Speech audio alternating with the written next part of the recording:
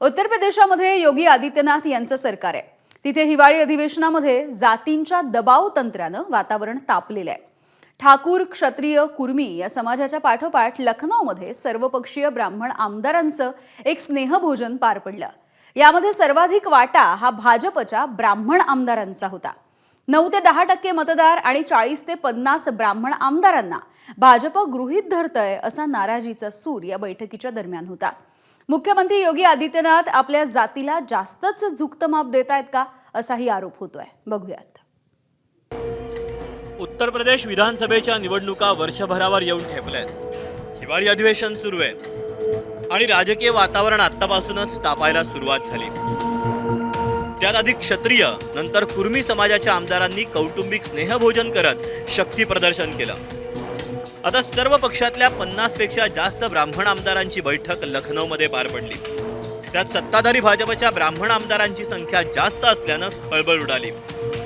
या स्नेहभोजनाचं आयोजन भाजपचे आमदार PN पाठक यांनी केलं होतं. केवल मात्र सहभोज था. विधानसभा में हम लोग परसों बैठे थे, चर्चा हुई कि बाटी चोखा कौन खिलाएगा, तो वो हमारे वहां तय हो गया. इसमें बुराई क्या है?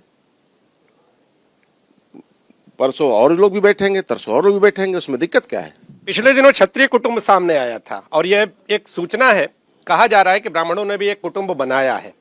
क्या लग रहा है, इस बैठक से यह सिद्ध होता है? हम लोग भारतीय जनता पार्टी के कार्यकर्ता हैं. हम लोग का कुटुंब नहीं, हम लोग की पार्टी है, संगठन है. उसमें निश्चित रूप से ये बात हुई कि भाई कोई ब्राह्मण समाज में कोई दिक्कत होती है प्रदेश में, तो उसके लिए सभी को बात आवाज उठानी चाहिए. या स्नेहभोजनाचे परिणाम भाजप संघटनेत दिसले. भाजपचे प्रदेशाध्यक्ष पंकज चौधरी यांनी तात्काळ खरमरीत पत्र लिहून भाजप आमदारांवर ताशेरे उठले. त्यानं आणखी वाद चिघळला. ब्राह्मण नाराज है, जो उसके साथ सौतेला व्यवहार किया जा रहा है सरकार के द्वारा, पार्टियों के द्वारा, उसको लेकर के काफ़ी नाराज और दुखी है. सरकार अपनी है यह मान करके प्रदेश का ब्राह्मण एकजुट होकर के 95% अपने वोट बैंक को लेकर के भारतीय जनता पार्टी की सरकार को लाने का कार्य किया और अपने ही घर में दुर्दशा, दंश और भेदभाव का दंश अगर झेल रहा है तो यह दुख का विषय है. उत्तर प्रदेशात शक्तिशाली मानला जाणारा ब्राह्मण समाज योगी सरकार आणि भाजपवर नाराज असल्याची चर्चा आहे. उत्तर प्रदेशात ब्राह्मण मतदार 9 ते 10% इतका आहे. 12 जिल्ह्यांमध्ये ब्राह्मण समाज हा 15%पेक्षा जास्त आहे. तर 110 विधानसभा मतदारसंघात ब्राह्मणांची मतं ही निर्णायक आहेत. 89% ब्राह्मण समाजाचं भाजपला मतदान होतं. भाजप आमदार PN पाठक यांनी बोलावलेल्या स्नेहभोजनासाठी सर्वपक्षीय 52 आमदारांची उपस्थिती पाहायला मिळाली. बंद दाराआड चर्चा करत शक्ती प्रदर्शन केलं गेलं. त्यात 40 पेक्षा जास्त भाजपचे आमदार भाजपमध्ये आवाज दाबला जात असल्याची भावना व्यक्त करत होते असं समजतंय. ठाकूर विरुद्ध ब्राह्मण सुप्त संघर्षामुळे हा असंतोष वाढल्याचं बोललं जात आहे. मुख्यमंत्री योगी आदित्यनाथ आपल्या जातीला म्हणजे ठाकूरांना झुकतं माप देत असल्याचा आरोप केला गेला. भाजप प्रदेशाध्यक्षांकडून भाजप आमदारांना तंबी दिली गेली. काही दिवसांपूर्वी ठाकूर समाजानं असं स्नेहभोजन शक्ती प्रदर्शन केलं होतं. त्याला कुटुंब असं नाव दिलं होतं. उत्तर प्रदेशातला भाजप असो की देशातला भाजप हा पूर्णपणे एकसंध आहे.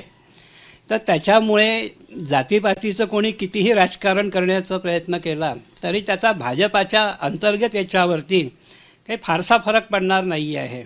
आणि मला असं वाटते की गेल्या 10 वर्षापासून जे उत्तर प्रदेशमध्ये किंवा देशातच एक हिंदुत्वाची जी लाट आली आहे ती लाट याही वेळेला आपल्याला उत्तर प्रदेश विधानसभेच्या निवडणुकीत दिसणार आहे.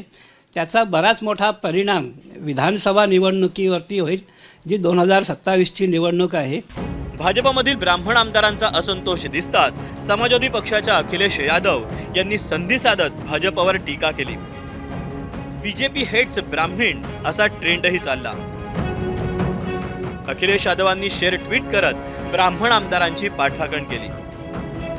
अपनों की महफिल में सजे तो जनाब मेहरबान और दूसरों की भेज रहे चेतावनी का फरमान.